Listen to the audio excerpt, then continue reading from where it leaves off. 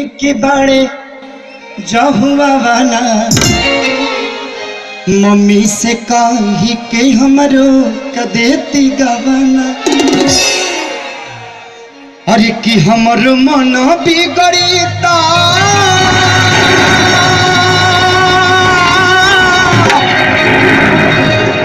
अरे जाके छूटा चार सही यार गईले ना तसे जपरा के रास्ता मिला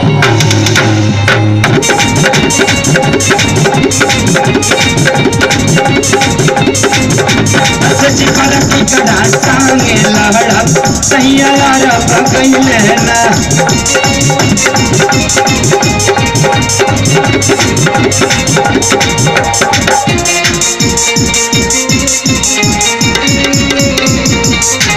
घर में हरदिया नहीं है हरदिया से हवा के पाला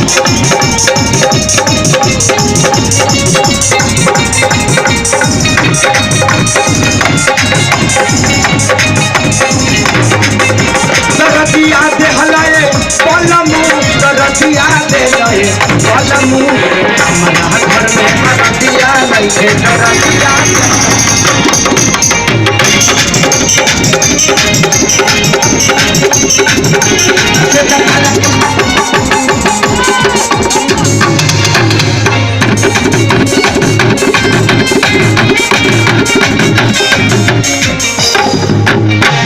ससुरा में तेल बिना सुखताया चार हो करालनी मन रहे नहीं हर के यार हो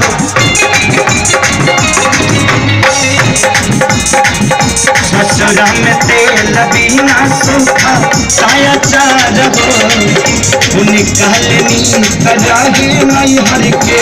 यार हो कि कबले अकेले हम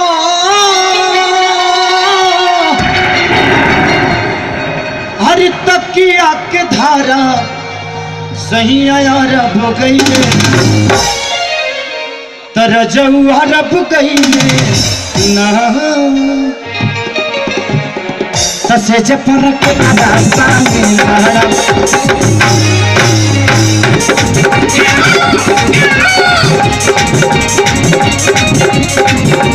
सजी पर के कदा प्राण के लहरा सैया यारा सैया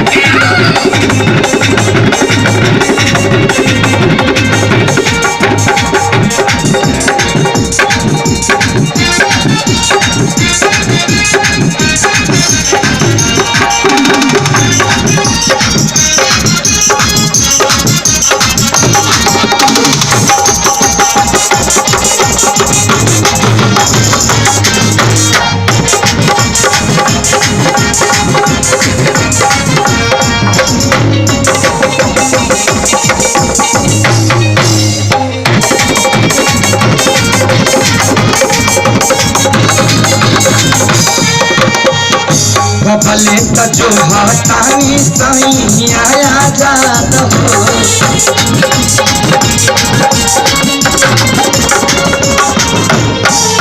हर बिना होता ही जवान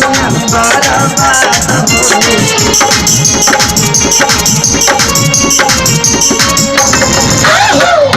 हर बिना होता ही जवान बर्बाद हो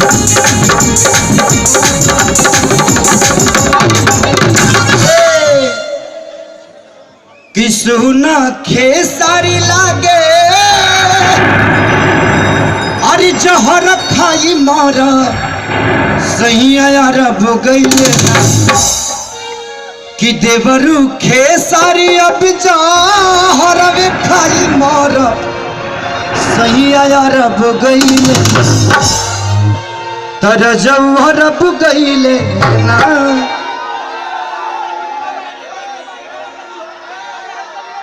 कौन ए अनार कहली पंपू से टगलिए में हलिए तस जी पर के घरा सामने लहरा सही आया